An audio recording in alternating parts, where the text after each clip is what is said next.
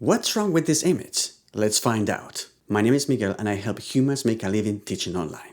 Let me give you a little bit of background on this image. This was sent by a psychotherapist out of Boston, Massachusetts. His name is David Bookbinder, and he's creating a course to help people find sanity in an insane world. I predict this course is going to do very well given the current circumstances we're living in these days. Now, at first sight, this lecture looks almost perfect. I would give it an 8 out of 10. I mean, the eyes are in the right location, his delivery is great, he's nice and centered, the delivery is really good, he's got a really calming voice. Let me just play back for you a little bit here.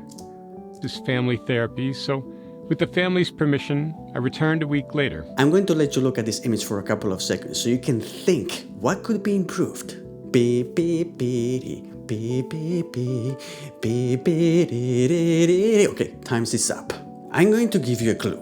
The problem is around here. I mean, David is a good-looking gentleman, and he looks very sharp, but as he pointed out, there is something that could be improved in this area. I'm going to give you a little clue here. Bing, bing, bing, bing, bing. The only issue, which is almost not noticeable for the not trained eye, is that his face was slightly dark. I know I'm being persnickety. I love the word persnickety. You know, it's like you're fussy about things, you know. We're looking for perfection here, right?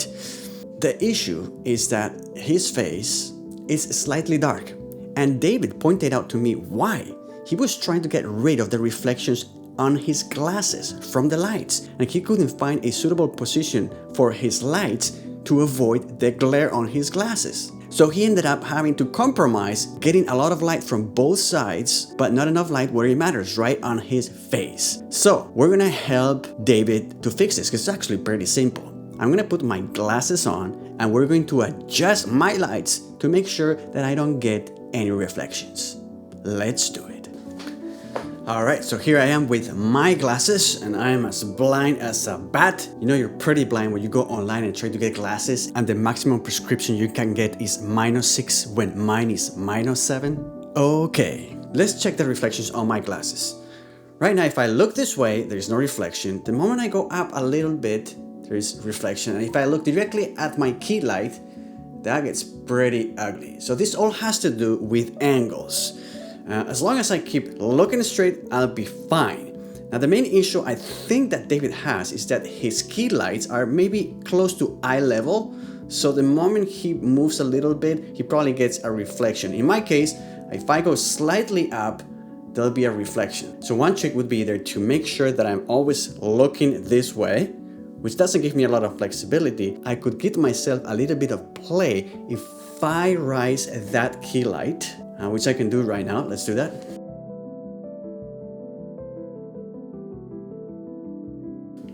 All right.